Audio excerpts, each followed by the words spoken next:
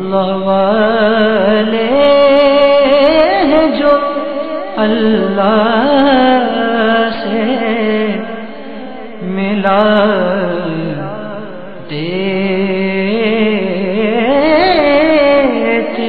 ہیں۔ الحمدللہ رب العالمین والصلاة والسلام علی سید المرسلین، اما بعد فاعوذ باللہ من الشیطان الرجیم، بسم اللہ الرحمن الرحیم۔ الصلاة والسلام علیک یا رسول اللہ وعلی آلک واصحابک یا حبیب اللہ۔ الصلاة والسلام علیک یا نبی اللہ وعلی آلک واصحابک یا نور اللہ۔ الحمدللہ عز و جل، میرے پیارے اور محترم اسلامی بھائیوں اور مدنی چینل کے ناظرین، فیضان اولیاء کے سلسلے میں ہم سب حاضر ہیں اور آج کا سلسلہ بڑا ہی متبرک ہے۔ آج ہم پاکستان کے شہر سردار آباد، جسے فیصل آباد بھی کہا جاتا ہے، وہاں حاضر ہیں، اور اس شہر کا نام میرے شیخ طریقت امیر اہل سنت مولانا محدث اعظم پاکستان سردار احمد صاحب رحمۃ اللہ تعالی علیہ کی یاد میں سردار آباد کے نام سے پکارا کرتے ہیں۔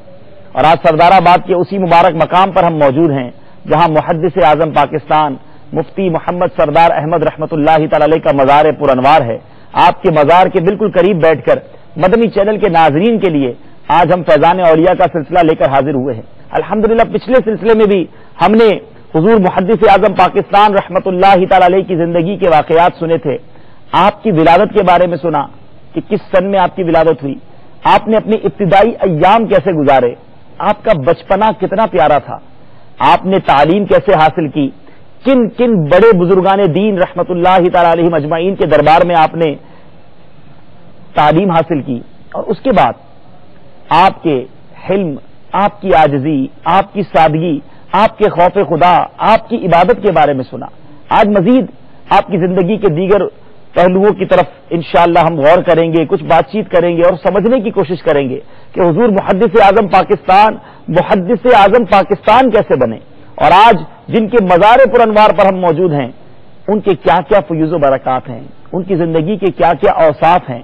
میرے پیارے اسلامی بھائیوں اور مدنی چینل کے ناظرین، اول تا آخر ہمارے ساتھ رہیے گا، انشاءاللہ بہت ساری باتیں ہمیں سیکھنے کو ملیں گی۔ اس نیت کے ساتھ ہم شریک رہیں گے سلسلے میں کہ محدث اعظم پاکستان رحمۃ اللہ تعالی علیہ کے تذکرہ خیر میں انشاءاللہ جو ایسی باتیں ہمیں سننے کو ملیں گی جس کے ذریعے ہم اپنی زندگی میں تبدیلی لا سکتے ہیں، تو انشاءاللہ ان مدنی پھولوں کو اپنے دل کے مدنی گلدستے میں بھی سجائیں گے۔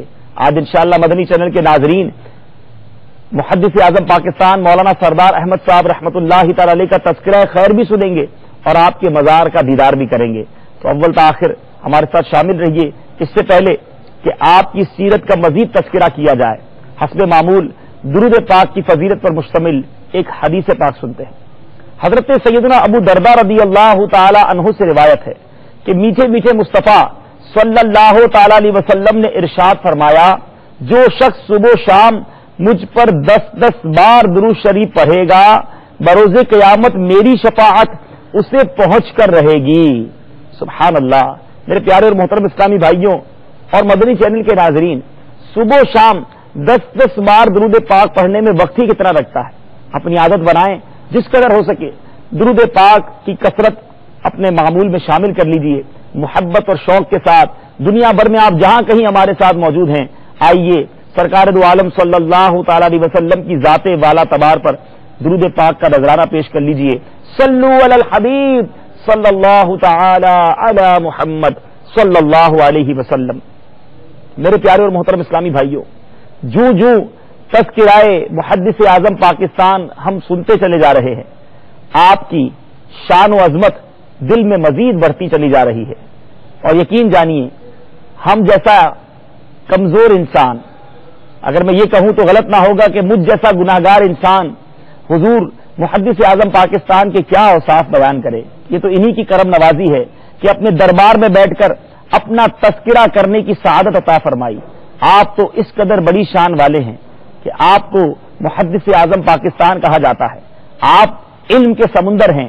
ایک شاعر آپ کی منقبت میں جو اشعار لکھتا ہے وہ کس پیارے انداز میں لکھتا ہے، جانثار احمد مختار ہیں شیخ الحدیث، جانثار احمد مختار ہیں شیخ الحدیث، امت محبوب کے غمخوار ہیں شیخ الحدیث، مظہر صدر شریعت نائب شاہ رضا، مظہر صدر شریعت نائب شاہ رضا، حجت الاسلام کے دلدار تھے شیخ الحدیث، اہل باطل ہو گئے ٹکرا کے جس میں پاش پاش، مرحبا وہ آہنی دیوار ہیں شیخ الحدیث، مولوی سردار احمد بانی دار العلوم، مظہر اسلام کے معمار ہیں شیخ الحدیث، شہر لائل پور ان کے نور سے روشن ہوا، شہر لائل پور ان کے نور سے روشن ہوا، ذل اصحاب شہ ابرار ہے شیخ الحدیث، آسماں سے نور افشانی ہوئی تابوت پر، کیا مقدس بندہ غفار ہیں شیخ الحدیث، دیکھ کر منظر جنازے کا یہ ظاہر ہو گیا، اہل حق کے سید و سردار ہیں شیخ الحدیث۔ میرے پیارے اور محترم اسلامی بھائیوں، آج انہی شیخ الحدیث و تفسیر محدث اعظم پاکستان رحمت اللہ تعالی علیہ کا تذکرہ خیر ہے، اور ہم نے جو اس منقبت کے آخر میں سنا کہ حضور سیدی شیخ الحدیث رحمت اللہ تعالی علیہ کے جنازے پر نور کی برسات ہوئی، آپ کے جنازے کا منظر بڑا ہی دلربا تھا۔ انشاءاللہ اپنے سلسلے کے آخر میں انشاءاللہ ہم حضور کی اس مبارک کرامت کا بھی تذکرہ کریں گے۔ میرے پیارے اور محترم اسلامی بھائیوں، پچھلے سلسلے میں ہم نے آپ کے اساتذہ کرام اور آپ کے ساتھ پڑھنے والے رفقا کے بارے میں سنا تھا۔ آج یہ سنیں گے کہ حضور کے تلامذہ یعنی اسٹوڈنٹس کون کون تھے، ایسے بڑے بڑے نام آج جن کی علم دین کی دنیا بھر میں بازگشت سنائی دیتی ہے، جن کی علم دین کا چرچا پوری دنیا میں ہے، وہ بڑے بڑے جید علماء حضور محدث اعظم پاکستان رحمت اللہ تعالی علیہ کے تلامذہ میں شامل ہیں۔ جی ہاں، بر صغیر کی علمی فضاؤں میں آپ ہی کے جلیل القدر اسٹوڈنٹس یعنی تلامذہ کا غلغلہ ہے، اور اکثر مدارس میں قال اللہ اور قال الرسول کی بہاریں آپ کے فیض یافتہ حضرات کے دم سے قائم ہیں۔ زمانہ قیام بریلی میں آپ کے بے شمار تلامذہ، آپ کے بے شمار شاگرد رہے، ان میں سے چند بڑے نام سماعت فرمائیے کہ حضور محدث اعظم پاکستان رحمت اللہ تعالی علیہ کے ایک شاگرد کا نام مولانا محمد شریف الحق امجدی مفتی دارالفتہ بریلی ہیں، آپ شارح بخاری بھی رہے۔ مولانا مجیب الاسلام اعظمی بھی انہی کے شاگرد، مولانا مفتی وقار الدین مفتی اعظم پاکستان رحمت اللہ تعالی علیہ بھی محدث اعظم پاکستان کے شاگرد۔ ایسے جلیل القدر شاگرد محدث اعظم پاکستان نے پیدا کیے، اور ان کو وہ علم دین کی تڑپ عطا فرمائی کہ اس کے بعد یہ شمع انہوں نے نہ جانے کتنوں کے دلوں میں جلائی، اور آج تک ان کا فیضان جاری و ساری ہے۔ میرے پیارے اور محترم اسلامی بھائیوں اور مدنی چینل کے ناظرین، محدث اعظم پاکستان بہت اچھے مدرس ہونے کے ساتھ ساتھ افتاء میں بھی اپنا بڑا مقام رکھتے ہیں۔ دور آخر کے علماء عموماً ایک آدھ وصف میں ممتاز ہوتے ہیں۔ اگر کوئی مدرس ہے تو تقریر پر قدرت نہیں رکھتا، واعظ ہے تو تدریس و تصنیف کا ملکہ نہیں رکھتا، تدریس اور تقریر میں کمال ہے تو فتویٰ نویسی کی بعض اوقات اسے مشق حاصل نہیں ہوتی۔ اگر کوئی مناظر ہے تو تدریس کبھی نہ کی، مگر قدرت کی فیاضی سے حضرت شیخ الحدیث علیہ الرحمہ بیک وقت اعلیٰ پائے کے مدرس، بے مثال محدث، خوش بیان مقرر، محقق، مصنف، مفتی ہیں، اور ہما علوم و فنون میں مہارت تامہ رکھتے ہیں۔ آپ نے تھوڑی سی مدت میں ایسی ترقی کی کہ جہاں ترقی کرنے والے برسوں میں پہنچ پاتے ہیں۔ یہ مقام ہے محدث اعظم پاکستان کا۔ حضور محدث اعظم پاکستان فقیہ النفس تھے، فتویٰ نویسی میں آپ کو ید طولہ حاصل تھا۔ منظر اسلام بریلی اور مظہر اسلام سردار آباد یعنی فیصل آباد کے دارالفتہ بر صغیر کے مسلمانوں کا مرجع نظر اور مرکز نگاہ رہے۔ دور دراز علاقوں سے استفتاء آتے، کوشچنز آتے، اور حضرت شیخ الحدیث اس کا جواب لکھتے۔ اختلاف رائے کے باوجود اپنے اور بیگانے سب آپ کے تفقہ فی الدین کے معترف تھے۔ آپ کے فتاوی عوام و خواص میں قدر و منزلت کی نگاہ سے دیکھے جاتے۔ عام طور پر اردو میں مقالہ نگاری کو علی گڑھ تحریک کا مرہون منت تصور کیا جاتا ہے۔ حقائق اور واقعات اس کی تصدیق نہیں کرتے۔ اس تحریک سے پہلے بھی مجموعہ ہائے فتاوا میں ایسے فتاوا ملتے ہیں جن کو اردو کے بہترین مقالہ جات میں شامل کیا جا سکتا ہے، اور حضرت محدث اعظم پاکستان رحمت اللہ تعالی علیہ کے بہت سے فتاوا اردو ادب کے بہترین مقالات بھی ہیں۔ میرے پیارے اور محترم اسلامی بھائیوں، تذکرہ محدث اعظم پاکستان ہو رہا ہے، اور ہم نے ان کی برکتیں سنی کہ آپ کس قدر بلند پائے کے بزرگ تھے۔ آپ رحمت اللہ تعالی علیہ کی کئی کرامات مشہور ہیں، اور کئی عجیب و غریب واقعات بھی آپ کی زندگی میں پیش آئے۔ اولیاء اللہ کے سینے علم و عرفان کے ایسے خزینے ہوتے ہیں جن تک رسائی ہر کس و ناقص کا کام نہیں ہے۔ قدرت کاملہ کے راز ان سینوں میں محفوظ ہوتے ہیں۔ گہرے سمندر کی طرح معرفت سے بھرپور وجودوں میں ٹھہراؤ ہوتا ہے، سکون و خاموشی ہوتی ہے، دعویٰ سے بے نیاز ہوتے ہیں، لیکن کبھی کبھار ان کی زبانوں پر کچھ ایسے کلمات جاری ہو جاتے ہیں جو ان کے مراتب ولایت کے غماز ہوتے ہیں۔ حضور محدث اعظم پاکستان رحمت اللہ تعالی علیہ سے متعلق ایک واقعہ اسی نوعیت کا مولانا اسد نظامی نے 28 ذی القعدہ 1403 سنہ ہجری کو ایک بزرگ کی موجودگی میں بیان کیا کہ میں حضرت شیخ الحدیث محدث اعظم پاکستان کے ساتھ کچھ بزرگوں کے ساتھ اور بھی بزرگ ساتھ تھے، جہانیہ سے میلسی کا سفر کیا۔ ابھی میلسی سے کوئی 5-6 میل کے فاصلے پر تھے کہ ایک نہر کے پاس ہماری بس خراب ہو گئی، سواریاں نیچے اتر آئیں، مولانا حسن رضوی نے کمبل بچھا دیا، حضور محدث اعظم پاکستان اس پر تشریف فرما ہو گئے۔ تھوڑی دور ایک جاٹ، ایک نارمل کسان کا شخص جو تھا وہ ہل چلا رہا تھا۔ آپ نے دوران گفتگو اس کسان کی طرف اشارہ کر کے فرمایا کہ وہ حضور اکرم صلی اللہ تعالی علیہ وسلم کے دربار میں حضوری کا شرف پاتا ہے۔ وہ کسان اپنا ہل چھوڑ کر آ گیا اور آ کر پنجابی زبان میں یہ کہنے لگا کہ مولوی صاحب آپ نے میرا پردہ فاش کر دیا، لیکن اپنے بارے میں بھی کچھ کہیے، آپ تو مجھ سے پہلے دربار رسالت صلی اللہ تعالی علیہ وسلم میں حاضر ہوتے رہے ہیں۔ زمیندار کے جانے کے بعد بزرگ فرماتے کہ اب ہم نے محدث اعظم کو مزید کریدنا چاہا مگر آپ خاموش ہو گئے۔ اسی نوعیت کا ایک اور واقعہ مولانا بشیر احمد سیالوی بیان کرتے ہیں کہ ایک مرتبہ آپ نے دور سے آنے والے ایک اجنبی کی طرف اشارہ کر کے فرمایا، آنے والا بندہ وقت کا ولی ہے۔ جب وہ پاس آ کر آپ کے پاس آیا تو اس نے عرض کی، حضور کسی کا راز فاش نہیں کرنا چاہیے۔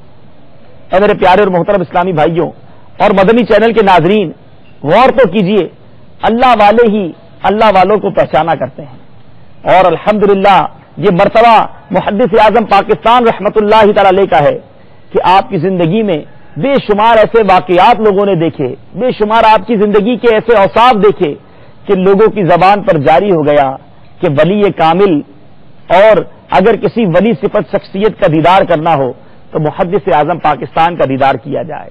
ایک اور واقعہ، ایک مرتبہ آپ نے ایسا عاجزی اور انکساری کا مظاہرہ فرمایا کہ کئی لوگ آپ کے دیوانے ہو گئے۔ آج بھی دنیا میں علماء کرام کی سادگی، جو ہمارے نیک سیرت باعمل علماء کرام ہیں، ان کی سادگی دیکھنے کو ملتی ہے، مگر یہاں میں ان اسلامی بھائیوں کو اور مدنی چینل کے ان ناظرین کو ایڈریس کرنا چاہوں گا، ان سے بات کرنا چاہوں گا کہ وہ اسلامی بھائی جن کو کہیں بیان کے لیے بلایا جاتا ہے، کہیں تقاریر کے لیے بلایا جاتا ہے، نعت شریف پڑھنے کے لیے بلایا جاتا ہے۔ اب یہاں دو باتیں ہیں، اگر ہم یہ ذہن بنائیں کہ یہ تو مجھے سعادت دی جا رہی ہے کہ اتنے سارے لوگوں تک میری بات پہنچے گی، اور اگر ان میں سے کوئی نیکی کی راہ پر آ گیا تو مجھے اس کی نیکیاں ملیں گی، تو سعادت سمجھ کر جاؤں۔ نعت شریف پڑھنے والا یہ سوچ کر جائے کہ میں اتنے سارے عشاقان رسول کے سامنے نعت رسول مقبول پڑھوں گا تو انشاءاللہ کسی کی آنکھوں سے آنسو بہ نکلیں گے، سرکار دو عالم صلی اللہ تعالی علیہ وسلم کی مجھے نگاہ کرم حاصل ہو جائے گی۔ لیکن اگر یہ ذہن ہو کہ مجھے آنے جانے کا کرایہ بھی دیا جائے، میری خیر خواہی بھی کی جائے، مجھے منصب کی جگہ بھی دی جائے، تو میرے پیارے اسلامی بھائیوں کئی معاملات میں تو ایسا ہوتا ہے کہ اگر مانگ کر اجرت لی جائے، بالخصوص نعت خوانی وغیرہ کے حوالے سے، تو امیر اہل سنت نے اپنے رسالے میں اس کی ممانعت فرمائی ہے، اس کے بارے میں منع فرمایا ہے، اور بعض صورتوں میں تو یہ ناجائز اور حرام تک پہنچ جاتا ہے۔ تو میرے ناخواں اسلامی بھائی بھی غور فرمائیں اور مبلغین اسلامی بھائی بھی غور فرمائیں کہ ہمارے دل میں یہ تمنا نہیں ہونی چاہیے کہ ہمیں کوئی اسٹیٹس ملے، ہماری عزت افزائی ہو، سعادت سمجھ کر جانا چاہیے۔ محدث اعظم پاکستان کا رتبہ آپ نے سنا، اتنے بڑے پائے کے مفتی، اتنے بڑے پائے کے محدث کہ علماء کرام آپ سے سبق پڑھنے کے لیے یوں سمجھے کہ تڑپا کرتے اور آپ کا فیض حاصل کیا کرتے، بڑے بڑے علماء آپ کے تلامذہ، آپ کے اسٹوڈنٹس میں شامل ہیں، مگر آپ کی سادگی کا کیا عالم ہوتا؟ جب آپ کو کہیں بیان کے لیے بلایا جاتا تو آپ کا انداز کیا ہوتا؟ غور سے سماعت فرمائیں۔ ایک مرتبہ حضور سردار آباد ہی میں ایک جگہ تقریر کے لیے تشریف لے گئے، انتظامیہ کے افراد اس اجتماع کے اختتام پر سامان وغیرہ سمیٹنے میں مصروف ہو گئے اور حضرت ان کا انتظار کیے بغیر پیدل ہی واپس اپنی جامعہ رضویہ جہاں آج ہم موجود ہیں یہاں پر آنے کے لیے تشریف فرما چلنے لگ گئے۔ راستے میں کسی نے کہہ دیا حضرت یہ کیسے لوگ ہیں، ٹانگے کا بھی انہوں نے انتظام نہیں کیا۔ تو حضرت نے خفگی کا اظہار، ناراضگی کا اظہار کرتے ہوئے فرمایا بندہ خدا یہ تم نے کیا کہا؟ انہوں نے میلاد النبی صلی اللہ تعالی علیہ وسلم کے اجتماع پاک کا انتظام کیا اور رسول اکرم صلی اللہ تعالی علیہ وسلم کے ذکر خیر کے لیے فقیر کو بلایا، یہ ان کا مجھ پر تھوڑا احسان ہے؟ اگر وہ چاہتے تو آپ کے ذکر خیر کے لیے کسی اور کو بلا لیتے، یہ ان کا تھوڑا احسان ہے، یہ جملہ کہتے رہے۔ اے میرے پیارے اسلامی بھائیوں، کتنا فرق ہے حضرت کی سیرت میں اور ہمارے اندر۔ ہمیں کوئی بلائے، ہمیں مان نہ دے، ہم دل برداشتہ ہو جاتے ہیں، اور حضور نے کیسی پیاری بات ارشاد فرمائی کہ جو بلانے والا ہے وہ ہم پر احسان کر رہا ہے کہ ہمیں یہ سعادت دے رہا ہے کہ ہم سرکار دو عالم صلی اللہ تعالی علیہ وسلم کا ذکر خیر کریں۔ ناخواں اسلامی بھائی بھی یہ ذہن بنایا کریں، مبلغین اسلامی بھائی بھی یہ ذہن بنائیں، وہ اسلامی بھائی جو اس وقت مدنی چینل پر سن رہے ہوں جن کو کسی مذہبی جلسے کے اندر، اجتماع کے اندر جا کر موقع ملتا ہے، تو براہ کرم اپنے ذہن میں اس طرح کی بات کو نہ آنے دیجیے۔ ایک بار حضور رحمت اللہ تعالی علیہ اسی طرح کا ایک واقعہ ہے کہ آپ نے ایک اجتماع میں گئے اور واپسی میں کسی نے کرائے کا بھی انتظام نہ کیا تو آپ اپنے کرائے سے واپس آنے لگے۔ تو اسی طرح ایک رفیق نے کہا کہ حضور کیسے لوگ ہیں، آپ کو اتنا دور بلایا، آپ واپسی میں کرائے کا بھی انتظام نہ کیا، کوئی خیر خواہی بھی نہ کی۔ تو آپ فرماتے ہیں بھائی جان، شاہ صاحب وہ شاہ صاحب تھے کہ علماء پر تبلیغ فرض ہے، لوگ جلسوں کا انتظام کر کے علماء کو تبلیغ کی دعوت دیتے ہیں، اگر عوام اس طرح کے اجتماعات کا اہتمام نہ کریں تو بھی خود علماء پر ایسے اجتماع کا اہتمام کر کے تبلیغ کرنا ضروری ہے۔ عوام کا یہ تھوڑا کام ہے، یہ تو بہت بڑی بات ہے کہ وہ ایسے اجتماعات کے انتظام کی ذمہ داری ادا کرتے ہیں۔ اب عوام سے نقدی خدمت کی توقع نہ رکھو، بلکہ غنیمت جانو کہ وہ ایک علماء کا جو کام ہے وہ عوام سر انجام دے رہے ہیں، وہ ہمارا یہ بار جو ہے وہ عوام نے اٹھا رکھا ہے۔ کیسی مدنی سوچ تھی میرے پیارے اسلامی بھائیوں، اور آج وہ اسلامی بھائی غور کریں جن کو ایسے مواقع ملتے ہیں، ہمارا کیا ری ایکشن ہوتا ہے۔ نیت کرتے ہیں انشاءاللہ کہ حضور محدث اعظم پاکستان رحمت اللہ تعالی علیہ کے تذکرہ خیر میں شامل ہیں، ایسا کبھی موقع ہوا تو دل چھوٹا نہیں کریں گے، بلکہ اگر یہ واقعہ یاد کر لیں گے تو امید ہے کہ دل کو ڈھارس بھی بن جائے گی۔ اللہ تعالیٰ ان کے اخلاص کے صدقے، ان کی عاجزی کے صدقے ہمیں بھی عاجزی کی دولت عطا فرمائے۔ محدث اعظم پاکستان رحمت اللہ تعالی علیہ کے دربار میں آج مدنی چینل کے ناظرین بھی موجود ہیں اور ہم بھی موجود ہیں۔ میرے پیارے اسلامی بھائیوں، یقیناً سب سے بڑی تمنا اگر کسی سفر کی مسلمان کے دل میں ہوتی ہے تو وہ حرمین طیبین کی سفر کی ہوتی ہے۔ محرم الحرام کا مہینہ تھا، 1935 یعنی 1354 سنہ ہجری میں مناظرہ بریلی میں حضرت شیخ الحدیث قدس سرہ نے جب اپنے مد مقابل پر عظیم اور واضح فتح پر علماء اعلام نے آپ کو کلمات تحسین و دعا سے نوازا تو آپ کے استاذ گرامی حجت الاسلام مولانا حامد رضا خان نے آپ کو تاج الفتح پہنایا اور فرمایا سردار احمد سربدار احمد، یعنی مولانا سردار احمد اپنے آقا مولا صلی اللہ تعالی علیہ وسلم کے مبارک شہر مدینہ منورہ کی زیارت سے مشرف ہوں۔ یہ دعا ایسی تھی، ایسی دل گداز دعا تھی جس میں دو جہاں کی عظیم دولت کی خوشخبری تھی۔ آپ اس دعا سے انتہائی مسرور ہوئے اور وجد میں آ کر فرمایا استاذ محترم نے دعا دی ہے، اب انشاءاللہ دربار رسالت کی حاضری ضرور نصیب ہوگی۔ اور ایسا ہی ہوا۔ حجت الاسلام نے جو دعا اپنے اس مبارک شاگرد کو دی تھی، یہ دعا قبول ہوئی، وہ مبارک ساعت آ گئی، آپ کی روحانی تمنا بر آئی اور دعا کی قبولیت کا ظہور ہوا۔ 27 شوال 1364 سنہ ہجری کو کراچی، باب المدینہ کراچی سے بحری جہاز کے سفر کے ذریعے آپ حرمین طیبین کی طرف روانہ ہوئے۔ غور کیجئے، جس محدث نے زندگی بھر پیارے آقا علیہ الصلوۃ والسلام کی حدیث پڑھی ہو اور پڑھائی ہو، عشق رسول کے عالم میں زندگی گزاری ہو، عشق رسول کا درس دیا ہو، مدینہ طیبہ اور کوئے رسول صلی اللہ تعالی علیہ وسلم کی یاد میں تڑپ کر زندگی گزاری ہو، جب مدینے کا سفر ہوا ہوگا دل کی کیفیت کیا ہوگی؟ ایک عاشق جب اپنے آقا کے دربار کی طرف چلا ہوگا تو اس وقت دل کا کیا حال ہوگا؟ ایک شاعر کیا خوب لکھتا ہے، مدینے سے بلاوا آ رہا ہے، میرا دل مجھ سے پہلے جا رہا، میرے دل تو مجھے بھی ساتھ لے جا، اکیلا کیوں مدینے جا رہا۔ انہی کیفیت اور شوق کے عالم میں محدث اعظم پاکستان رحمت اللہ تعالی علیہ نے سفر مدینہ اختیار کیا، اور یہ سفر یوں بھی بڑا مبارک تھا کہ محدث اعظم پاکستان کے ساتھ اور بھی بہت سارے علماء کرام تھے، جن میں مفتی اعظم ہند مولانا مصطفیٰ رضا خان نوری رحمت اللہ تعالی علیہ، مولانا عبد العلیم صدیقی میرٹھی رحمت اللہ تعالی علیہ، مولانا عبد الحامد قادری بدایونی رحمت اللہ تعالی علیہ، اور ایک طویل فہرست ہے۔ یہ سارے علماء کرام آپ کے ساتھ رہے بحری سفر کے 10-12 دنوں میں جہاز پر، اور اس کے بعد حرمین شریفین میں امامت کے فرائض کبھی آپ کے استاد محترم مفتی اعظم مصطفیٰ رضا خان نوری رحمت اللہ تعالی علیہ کرواتے، اور کبھی آپ کو حکم ہوتا کہ آپ امامت کرائیں، چنانچہ آپ امامت کراتے۔ عشق و مستی کے عالم میں مدینہ طیبہ کی طرف یہ عشاقان مصطفیٰ صلی اللہ تعالی علیہ وسلم کا قافلہ رواں دواں تھا۔ یقیناً جب یہ حج کر کے واپس آئے، اب کس کو چین آتا ہے؟ آپ میں سے بھی وہ اسلامی بھائی جو مدینہ طیبہ دیکھ کر آئے ہوں، کعبہ مشرفہ کا دیدار کر کے آئے ہوں، اس کے بعد پیاس بجھتی نہیں ہے بلکہ بڑھ جاتی ہے۔ جو مدینہ دیکھ آتے ہیں اب مدینے دیکھنے کی پیاس اور بڑھ جاتی ہے۔ اب جب حج سے واپس آئے، لائل پور سردار آباد کا پرانا نام ہے، آپ نے یہاں پر اپنے قیام کے دوران محنت، محبت للہیت اور ذوق و شوق سے عظمت مصطفیٰ کا درس دیا، لیکن اس دوران حضرت جامی قدس سرہ کی یہ دعا جو تمنا بن کر آپ کے لبوں پر بار بار آ جاتی، مشرف گرچہ شد جامی ز لطفش خدایا ای کرم بارے دیگر کن۔ یہ آرزو پھر پوری ہوئی، پھر مدینے سے بلاوا آیا، اور حج کے 11 برس کے بعد، پہلے حج کے 11 برس کے بعد دوبارہ دربار رسالت میں حاضری کی اجازت نصیب ہوئی۔ ایک عاشق پھر اپنے آقا کے در پر پہنچ گیا۔ اس سفر میں آپ نے مدینہ طیبہ میں بہت قیام کیا، کافی ایام گزارے۔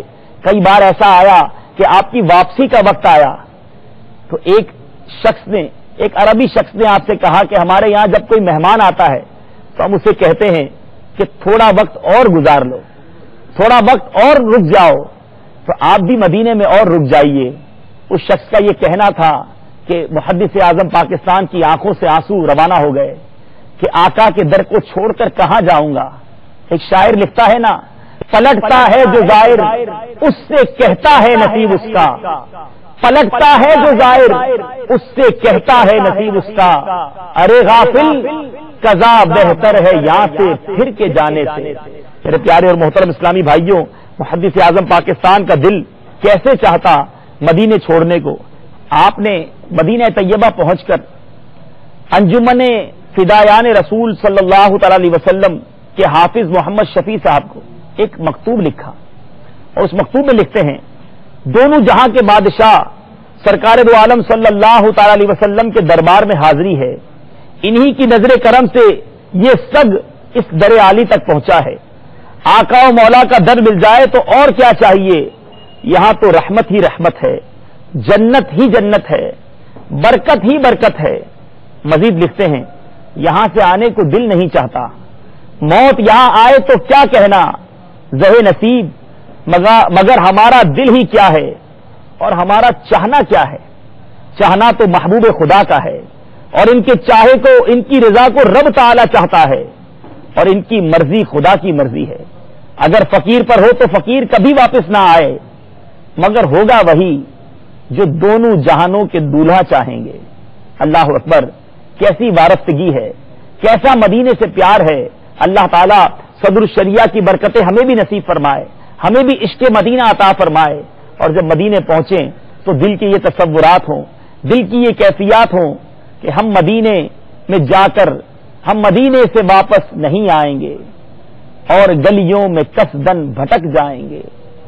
ڈھونڈتے ڈھونڈتے لوگ تھک جائیں گے، ہم وہاں جا کے واپس نہیں آئیں گے. اللہ تعالی ہمیں مدینہ طیبہ کی بار بار با ادب حاضری عطا فرمائے اور پھر مدینے ہی میں سرکار کے قدموں میں، سرکار کے جلووں میں، مدینہ طیبہ میں شہادت کی موت عطا فرمائے.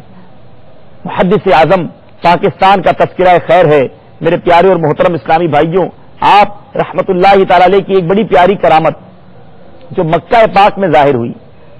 مکہ شریف کے بارے میں آپ کے ایک ساتھی لکھتے ہیں کہ مکہ شریف میں آپ جہاں بھی قیام پذیر ہوتے وہاں محفل نعت خوانی ہو جایا کرتی. گھر میں عمرے کے لیے میقات پر جاتے تو وہاں بھی اسی طرح خوب رونق رہتی.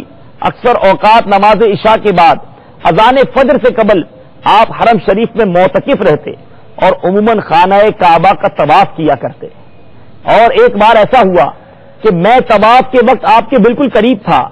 جب آپ حجر اسود کے قریب پہنچے تو میں اس خیال سے کہ آپ حجر اسود کو آسانی سے بوسہ دے سکیں آگے کھڑے ہوئے آدمیوں کو ہٹانا شروع کر دیا تو آپ نے اشارے سے مجھے روک دیا. جب آپ آگے بڑھے تو لوگوں نے خود ہی جگہ خالی کر دی. اس طرح آپ نے حجر اسود کو بآسانی بوسہ دیا اور پھر میں نے بھی حضور کے پیچھے پیچھے بوسہ دے دیا. اسی طرح ہر چکر میں موقع ملتا رہا. اس کے بعد آپ نے فرمایا کہ میں نے اس طواف سے جو پہلے والا طواف کیا ہے وہ حضرت ابوبکر صدیق رضی اللہ تعالیٰ عنہ کی طرف سے طواف کر رہا تھا، ان کے ایصال ثواب کے لیے طواف کر رہا تھا. تو مجھے ہر چکر میں حجر اسود کو بوسہ دینے کا موقع ملا اور اب تو یہ طواف میں عمر فاروق رضی اللہ تعالیٰ عنہ کے نام پر کر رہا تھا. مجھے پورا یقین تھا کہ اب کیوں رکاوٹ آئے گی. گویا آپ کا اشارہ سیدنا ابوبکر صدیق رضی اللہ تعالیٰ عنہ کی حلیمی طبع اور حضرت عمر فاروق رضی اللہ تعالیٰ عنہ کے روب و جلال کی طرف تھا. سبحان اللہ. اس کے بعد تو میں بھی آپ کے پیچھے پیچھے طواف میں شامل رہتا اور حجر اسود کے بوسوں سے محظوظ ہوا کرتا، برکتیں لوٹا کرتا. یقیناً آپ کی کرامت ظاہرہ تھی. میرے پیارے اسلامی بھائیوں، ولی کامل کے اس طواف کی منظر کشی سے بھی ہمیں کچھ سیکھنے کو مل رہا ہے. وہ اسلامی بھائی جو مکہ پاک کی حاضری کو جاتے ہیں حجر اسود کے بوسے کے وقت ایسا کام نہ کریں کہ جس سے کسی مسلمان کو تکلیف پہنچے. وہاں دیکھا گیا ہے بہت دھکے دیے جاتے ہیں، کونیاں ماری جاتی ہیں، ایک دوسرے کو ایسا لگتا ہے جھگڑے کا سما بن جاتا ہے. حالانکہ ہم کعبے کے سامنے ہیں، یہاں تو ہمیں کسی کو تکلیف نہیں دینی چاہیے. کیا معلوم ہماری اس حرکت سے کسی کا دل ٹوٹ جائے. وہاں ایک گناہ لاکھ گناہ کے برابر ہے. دور سے استلام کر لیجئے، انشاءاللہ جب نصیب میں ہوگا بغیر کسی کو تکلیف دیے حجر اسود کا بوسہ بھی نصیب ہوگا. وہ اسلامی بھائی جو مکہ پاک کی حاضری کو جاتے ہیں حجر اسود کے بوسے کے وقت ایسا کام نہ کریں کہ جس سے کسی مسلمان کو تکلیف پہنچے. وہاں دیکھا گیا ہے بہت دھکے دیے جاتے ہیں، کونیاں ماری جاتی ہیں، ایک دوسرے کو ایسا لگتا ہے جھگڑے کا سما بن جاتا ہے. حالانکہ ہم کعبے کے سامنے ہیں، یہاں تو ہمیں کسی کو تکلیف نہیں دینی چاہیے. کیا معلوم ہماری اس حرکت سے کسی کا دل ٹوٹ جائے. وہاں ایک گناہ لاکھ گناہ کے برابر ہے. دور سے استلام کر لیجئے، انشاءاللہ جب نصیب میں ہوگا بغیر کسی کو تکلیف دیے حجر اسود کا بوسہ بھی نصیب ہوگا. اور یہاں اسلامی بہنیں، اللہ اکبر، خدارا کبھی بھی حجر اسود کو ان دنوں میں، آج کل جو رش کا سما ہوا کرتا ہے اور آج کل تو ایسا لگتا ہے کہ پورا سال ہی ایسا موقع نہیں ہوتا کہ اسلامی بہنیں حجر اسود کو بوسہ دے سکیں. مرد و عورت میں ایسا ملاپ ہو جاتا ہے، ٹکراؤ ہوتا ہے، عورتیں مردوں کے درمیان پس جاتی ہیں. علماء کرام نے ایسی جگہ جانے کو عورت کے لیے حرام قرار دیا ہے کہ جہاں مردوں کے درمیان عورت پس جائے. تو حجر اسود کا بوسہ سنت ہے، کوئی واجب نہیں ہے. تو اسلامی بہنوں کو تو بالکل اس سے احتراز کرنا چاہیے، دور رہ کر استلام کر لینا چاہیے کہ مردوں میں آپ کا اس طرح ملاپ ہونا درست نہیں ہے. تو پتہ چلا کہ ہمیں حجر اسود کا بوسہ کس طرح دینا چاہیے. اور دوسری بات جو اس واقعے سے سیکھنے کو ملی کہ اللہ والوں کے نام سے طواف کرنا، اپنے مرحومین کے ایصال ثواب کے لیے طواف کرنا، یہ بزرگان دین کا طریقہ ہے. تو جب بھی نفلی طواف کریں، کبھی غوث اعظم کے نام کا طواف کریں، کبھی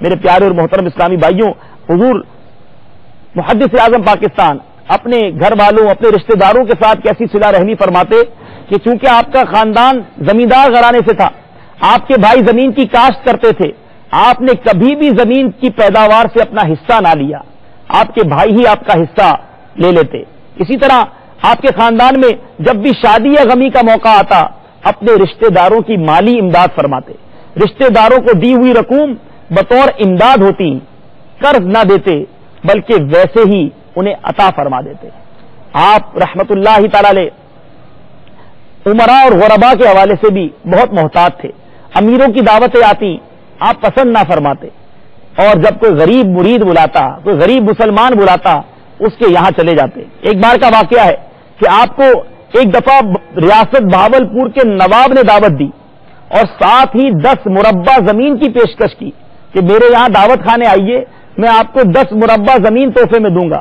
آپ کے بھائیوں نے کہا حضور چلے جائیں، اتنی ساری زمین مل جائے گی، مگر آپ نے وہاں جانا پسند نہ فرمایا۔ امام اہل سنت کا وہ شعر یقیناً آپ کے پیش نظر ہوگا، وہ شعر مجھے یاد آ رہا ہے کہ کرو مدح اہل دبل رضا، پڑے اس بلا میں میری بلا، میں گدا ہوں اپنے کریم کا، میرا دین پار آئے نہ نہیں۔ ایک اور جگہ امام اہل سنت فرماتے ہیں اس گلی کا گدا ہوں میں جس میں مانگتے تاجدار پھرتے ہیں۔ تو جو سرکار کے غلام ہوا کرتے ہیں وہ مالداروں کی چوکھٹ پر نہیں بلکہ اپنے آقا کی چوکھٹ پر سر جھکاتے ہیں، انہی سے اپنی مدد طلب کرتے ہیں، اور میرے آقا جب کرم نوازی فرماتے ہیں تو جب کرم ہوتا ہے حالات بدل جاتے ہیں۔ میرے پیارے اسلامی بھائیوں، مصطفیٰ کریم علیہ الصلوۃ والسلام کی غلامی میں جو کچھ ہے یقیناً وہ دنیا کی سرداری میں نہیں ہے۔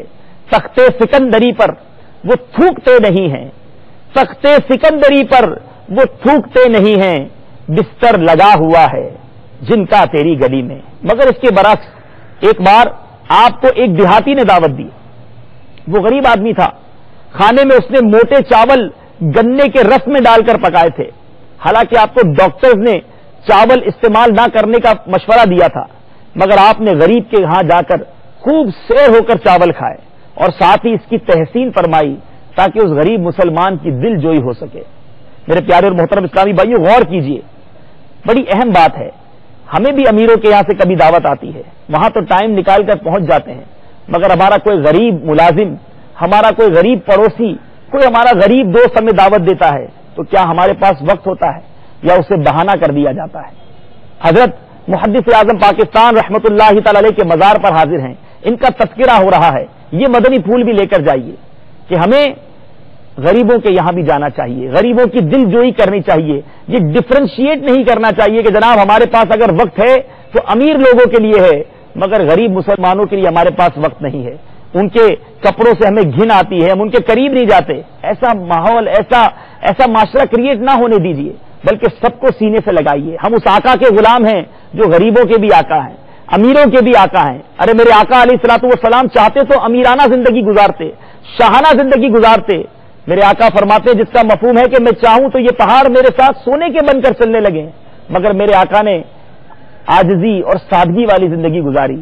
علماء کرام بڑا لطیف پہلو اس میں بیان کرتے ہیں کہ اگر میرے آقا شاہانہ زندگی گزارتے تو آقا کے جو غریب امتی تھے وہ اس سنت پر کیسے عمل کرتے، مگر میرے آقا نے یہ جو فقر و فاقہ والی زندگی گزاری، سادگی والی زندگی گزاری، یہ ایسی سنت ہے کہ امیر چاہے تو بھی سادگی اپنا سکتا ہے اور غریب چاہے تو بھی اپنا سکتا ہے۔ تو پتہ چلا میرے آقا نے غربت کو پسند فرمایا، فقر و فاقہ کی زندگی کو پسند فرمایا۔ ہمیں بھی سادگی بھری زندگی گزارنی چاہیے اور بالخصوص غریب مسلمانوں کا خیال رکھنا چاہیے، ان سے گھن نہیں بلکہ ان کو سینے سے لگانا چاہیے تاکہ ان کی دل جوئی ہو سکے۔ اے میرے پیارے اور محترم اسلامی بھائیوں، امام احمد رضا کے نشاں، سراپا برکت نشاں، محدث اعظم پاکستان علیہ رحمت الرضوان نے تن تنہا اور کمال بے سر و سامانی کے عالم میں سلف صالحین کی اتباع میں اجنبی مقام پر مقیم ہو کر مختصر سی مدت میں دین متین کی اس طرح خدمت کی کہ جس کے نتیجے میں مسلمانان بر صغیر کے دل و دماغ اور قلب و نظر کو گرویدہ بنا کر اپنی مثال آپ نے کام کر دکھایا۔ میرے پیارے اور محترم اسلامی بھائیوں، آپ شیخ الحدیث قدس سرہ نے قلیل مدت میں دین کی جتنی خدمات سر انجام دیں جو کارہائے نمایاں سر انجام دیے، ان کی مثال تاریخ میں کم ہی ملتی ہے۔ آپ نے قلیل مدت میں علماء، مدرسین، مبلغین، خدام اہل سنت کا وہ لشکر تیار فرما دیا کہ دور افتادہ علاقوں میں بھی حق و ہدایت کی آواز پہنچانے والے بن گئے۔ مذہب حق کے صداقت اہل سنت کو متعارف کرایا، گستاخان شان رسالت و ولایت کے مضبوط قلعوں کو توڑا، دعوت و ارشاد کا مقدس فریضہ اس شان سے ادا کیا کہ علم و فضل اور ہدایت و معرفت سے ایک جہاں آباد ہو گیا۔ جامعہ رضویہ کی قلعہ نما اور سنی رضوی جامع مسجد کی فلک بوس یہ عمارت آپ کی شبانہ روز مساعی کا نتیجہ ہے۔ اس بے مثال اور وسیع کام کی انجام دہی اور کمال و مسلسل جد و جہد سے آپ کی صحت پر اثر پڑنا فطری امر تھا۔ مسلسل محنت، دن رات کی متواتر تدریس و تبلیغ سے آپ کی طبیعت کمزور ہوتی چلی گئی۔ پہل تو آپ نے پرواہ نہ کی، مگر پھر علاج کا سلسلہ بھی شروع ہوا۔ بہت علاج کروایا گیا، کبھی طبیعت سنبھل جاتی، پھر آپ کی طبیعت، چونکہ آپ مسلسل کام کرتے رہتے، آپ کی طبیعت میں کمزوری واقع ہوتی چلی گئی۔ کئی جگہ پر آپ کی طبیعت کی بہتری کے لیے دعائیں کروائی گئی، مگر ظاہر ہے الموت قدح کل نفس شاربوہا، موت ایک ایسا جام ہے جسے ہر ذی روح کو پینا ہے، مگر اللہ والوں کی موت بھی بڑی پیاری ہوا کرتی ہے۔ ان کا دنیا سے جانا بھی بڑا پیارا ہوتا ہے، بلکہ دنیا سے جانے کے بعد ان کے مزارات مرجائے خلائق بن کر لوگوں کو فیض کے دریا لٹایا کرتے ہیں۔ 25 رجب المرجب کا دن تھا، 1382 سنہ ہجری، 23 دسمبر 1962 کو بروز اتوار آپ کی طبیعت اچھی رہی۔ نماز اثر کے لیے وضو فرمایا کہ طبیعت کمزور ہونے لگی۔ 27 رجب کو کمزوری بڑھ گئی اور 29 رجب کو استغراق کی کیفیت طاری ہو گئی۔ دونوں ہاتھ بند گئے، اللہ اللہ سانس کے ساتھ جاری ہو گیا۔ بعد جمعہ اس تشویشناک کیفیت کو سن کر احباب جمع ہو گئے۔ زبان پر اللہ اللہ جاری تھا، اور اسی دوران ہدایت کا وہ مہر منیر جس کی نورانی کرنوں نے عالم اسلام کی فضاؤں کو منور کر دیا، جس کی تنویر پرضیاء نے دلالت و جہالت کے تاریکیوں اور دبیز پردوں کو چاک کر دیا، جس کا ایک ایک سانس صراط مستقیم پر چلنے والوں کے لیے خضر راہ تھا۔ علم و فضل، عرفان و ایقان کا وہ بحر بے کراں جس کی فیاض موجوں نے بر صغیر پر پھیل کر علم و عمل، رشد و ہدایت، اخلاص و للہیت کے دریا بہائے، اس مقدس ہستی نے یکم شعبان 1382 سنہ ہجری 29 دسمبر 1962 جمعہ اور ہفتہ کی درمیانی رات 1:40 پر اللہ کی آواز سے داعیے اجل کو لبیک کہا، انا للہ و انا الیہ راجعون۔ جب تیری یاد میں دنیا سے گیا ہے کوئی، جب تیری یاد میں دنیا سے گیا ہے کوئی، جان لینے کو دلہن بن کے قضا آئی ہے۔ جیسے ہی صدر الشریعہ کے رسالے مبارک کی خبر پھیلی اور یہ خبر پورے ملک میں جنگل کی آگ کی طرح پھیل گئی، ہزاروں آنکھیں اشکبار ہو گئیں، لاکھوں دل بے قرار ہو گئے۔ اب حضور کے غسل کا وقت آیا۔ بڑے بڑے جید علماء کرام نے صدر الشریعہ رحمت اللہ تعالی علیہ کو غسل دیا، اور جب کفن پہنانے کا وقت آیا تو کفن پہنانے کے بعد حضرت مفتی ظفر علی نعمانی صاحب نے آپ کے پیشانی مبارک پر کلمہ طیبہ لکھا۔ حضور عبد المصطفیٰ اعظمی الازہری رحمت اللہ تعالی علیہ نے کفن پر کلمہ طیبہ لکھا۔ ایک موقع پر جب ایک محفل کے اندر حضرت مولانا جمیل الدین رضوی رحمت اللہ تعالی علیہ کی یہ منقبت پڑھی جا رہی تھی، وہ شعر بڑا ہی پیارا شعر ہے۔ عزیزو کل چکو تیار جب میرے جنازے کو، عزیزو کل چکو تیار جب میرے جنازے کو، تو لکھ دینا کفن پر نام والا غوث اعظم کا، تو لکھ دینا کفن پر نام والا غوث اعظم کا، تو لکھ دینا کفن پر نام والا غوث اعظم کا۔ جب یہ منقبت پڑھی جا رہی تھی تو حضور محدث اعظم پاکستان نے اپنی زندگی ہی میں وصیت کر دی تھی کہ اے مولانا معین صاحب میرے کفن پر حضور غوث اعظم رضی اللہ تعالیٰ عنہ کا نام لکھ دینا. یہاں ہمیں یہ بھی سیکھنے کو مل رہا ہے کہ جب ہمارا کوئی عزیز دنیا سے چلا جائے تو اس کے ماتھے پر کلمہ طیبہ لکھیں، سینے پر درود پاک لکھ دیں، تو انشاءاللہ ان چیزوں سے، اور یاد رکھیں یہ سیاہی سے نہیں بلکہ شہادت کی انگلی سے لکھا جائے گا، تو اس کی برکتیں انشاءاللہ مرنے والے کو بھی نصیب ہوں گی. اور پتہ چلا کہ یہ اولیاء کرام کا طریقہ ہے. اب میرے پیارے اسلامی بھائیوں، باب المدینہ کراچی سے آپ کا جنازہ لائل پور فیصل آباد یعنی سردار آباد لایا گیا. شاہین ایکسپریس ٹرین کے ذریعے جب ایک بوگی کروائی گئی اور یہ عاشق کا جنازہ جب باب المدینہ کراچی سے سوئے سردار آباد چلا، کون سا ایسا اسٹیشن تھا، کون سا ایسا مقام نہ تھا جہاں ہزاروں کی تعداد میں عشاقان اولیاء، عشاقان محدث اعظم پاکستان نام موجود تھے. پھولوں کی پتیاں لیے اپنے محبوب کی، اپنے اس عظیم رہنما کا دیدار کرنے کے لیے ہزاروں کی تعداد میں اسٹیشن پر لوگ موجود تھے.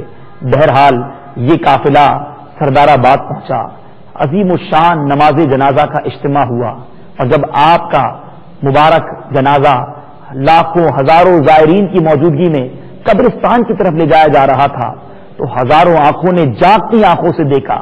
سورج نکلا ہوا تھا، دھوپ کا وقت تھا، مگر آپ کے جنازے پر محسوس ہو رہا تھا کہ نور کی برسات ہو رہی ہے. کئی لوگوں نے اپنی آنکھوں سے یہ منظر دیکھا، اور دوسرے دن کئی اخبارات نے یہ خبر اپنے اخبارات میں شائع کی کہ محدث اعظم پاکستان کے مزار پر انوار یعنی آپ کے جنازے پر برکتوں اور رحمتوں کا نزول جاگتی آنکھوں سے دیکھا گیا. اور یقیناً آج بھی آپ کے مزار پر برکتوں اور رحمتوں کا نزول ہو رہا ہوگا. مدنی چینل کے ناظرین بھی حضور کے دربار کا دیدار کر رہے ہیں. اللہ تعالیٰ نے ہمیں بھی یہ سعادت بخشی ہے کہ آج ہم محدث اعظم پاکستان رحمت اللہ تعالی علیہ کے مزار پر حاضر ہیں. اللہ تعالیٰ ان کی برکتیں ہمیں نصیب فرمائے. آئیے ان کے صدقے اپنے رب کی بارگاہ میں دعا کرتے ہیں. آپ بھی دنیا بھر میں جہاں کہیں ہیں ہمارے ساتھ دعا میں شامل ہو جائیے. الحمدللہ رب العالمین، الصلاۃ والسلام علی سید المرسلین، یا ارحم الراحمین یا ارحم الراحمین یا ارحم الراحمین، یا ربنا یا ربنا یا ربنا یا ربنا یا ربنا. اے مالک کریم، پروردگار عالم، ہم گناہ گاروں، ہم سیاہ کاروں کی اس پاک دربار میں حاضری کو قبول فرما.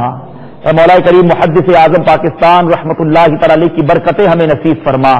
ہم سب کے تمام صغیرہ کبیرہ گناہوں کو معاف فرما. ہماری، ہمارے والدین کی، سرکار علیہ الصلوۃ والسلام کی ساری امت کی بخشش فرما. مولا کریم، محدث اعظم پاکستان رحمت اللہ تعالی علیہ کی مقبول عبادتوں کا واسطہ ہمارا دل بھی عبادتوں میں لگا دے. ان کے مقبول سجدوں کا واسطہ ہمیں بھی سجدوں کی لذت عطا فرما. اے میرے پیارے اللہ، پروردگار، ان کے عشق رسول کا واسطہ ہمیں بھی سچا عاشق رسول بنا دے. ان کی بارگاہ میں ہم یہ عرضی لے کر آئے ہیں مولا کہ یہ محدث اعظم تھے، یہ مفتی تھے، یہ عالم با عمل تھے. مولا ان کے علم دین کا واسطہ ہمیں بھی علم نافع عطا فرما، ہمیں بھی عالم با عمل بنا دے، ہمارا حافظہ بھی مضبوط فرما دے. اے اللہ، ہمیں بھی قرآن و حدیث کا علم جی بھر کر اور زیادہ سے زیادہ سیکھنے کی، سمجھنے کی توفیق عطا فرما. مولا کریم، ہمیں گناہوں بھری زندگی سے نجات عطا فرما. پروردگار، نہ جانے آج کتنے ہاتھ اٹھے ہوئے ہوں گے، تیرے ولی کے دربار میں حاضر ہے مولا. ہماری ساری پریشانیاں دور فرما، سارے دکھ درد دور فرما، سارے غم دور فرما. بیماروں کو شفا عطا فرما، بے روزگاروں کو رزق حلال عطا فرما، بے اولادوں کو نیک اور صالح اولاد عطا فرما. جو اولاد والے ہیں مولا کریم، ان کی اولادوں کو والدین کی آنکھوں کا نور بنا دے. پروردگار عالم، ہمیں بار بار حرمین طیبین کی بادب حاضری عطا فرما، بار بار حج کی سعادت نصیب فرما. ایمان اور عافیت کے ساتھ سرکار دو عالم صلی اللہ تعالی علیہ وسلم کے قدموں میں موت عطا فرما، جنت البقیع میں مدفن عطا فرما، اور جنت الفردوس میں پیارے آقا کا پڑوس عطا فرما. اے مالک کریم، اے پروردگار، ہم تیرے نیک بندے کے دربار میں حاضر ہیں. ہم گناہ گار ہیں، ہم سیاہ کار ہیں، مگر مولا ہمارے گندے نامہ اعمال کی طرف نہ دیکھ، یہ دیکھ کس کے دربار پر ہم حاضر ہیں. اے اللہ، ان کے مزار پر انوار پر برستی ہوئی رحمتوں کا واسطہ ہم پر بھی اپنی رحمتوں کی بارش برسا دے. اے اللہ، ہمارے گناہوں کو معاف کر کے ہمارے دلوں کو اجیالا کر دے. ہم کھوٹے، ہم نکمے اس دربار پہ حاضر ہیں، ہمیں اچھا کر دے. ہم ریاکار آئے ہیں مولا، مخلص کے دربار میں ہمیں مخلص کر دے۔ اے اللہ ہم گناہگار پرہیزگار کے دربار میں آئے ہیں، ان کا صدقہ ہمیں پرہیزگار بنا دے، والدین کا فرما بردار بنا دے، سچا پکا عاشق رسول بنا دے۔ اے اللہ عالم اسلام کا بول بالا فرما، دشمنان اسلام کا منہ کالا فرما، ہمارے ملک پاکستان کو استحکام عطا فرما، دہشت گردوں کی دہشت گردی سے نجات عطا فرما، ہماری دعوت اسلامی کو دن 11ویں رات 12ویں ترقی عطا فرما۔ قبلہ امیر اہل سنت، تمام علماء اور مشائخ اہل سنت اور ہمارے والدین کا سایہ ہمارے سروں پر تادیر قائم و دائم فرما۔ مالک کریم جو مانگ سکے ہمیں وہ بھی عطا فرما، جو نہ مانگ سکے ہمارے حق میں بہتر ہو وہ بھی عطا فرما۔ میں کیوں کہوں مجھ کو یہ عطا ہو وہ عطا ہو، وہ دو کہ ہمیشہ میرے گھر بھر کا بھلا ہو، مٹی نہ ہو برباد پسے مرگ الہی، جب خاک اڑے میری مدینے کی ہوا ہو۔ جس کسی نے بھی دعا کے واسطے یا رب کہا، کر دے پوری آرزو ہر بے کسو مجبور کی۔ فی برکت ان اللہ وملائکتہ یصلون علی النبی یا ایھا الذین آمنوا صلوا علیہ وسلموا تسلیما۔ اللهم صل على سيدنا ومولانا محمد عدد ما في علم الله صلاة دائمة بدوام ملك الله۔ جب دم واپسی ہو یا اللہ، سامنے ہو روضہ رسول اللہ اور لب پہ ہو لا الہ الا اللہ محمد رسول اللہ والے ہیں جو اللہ سے ملا دے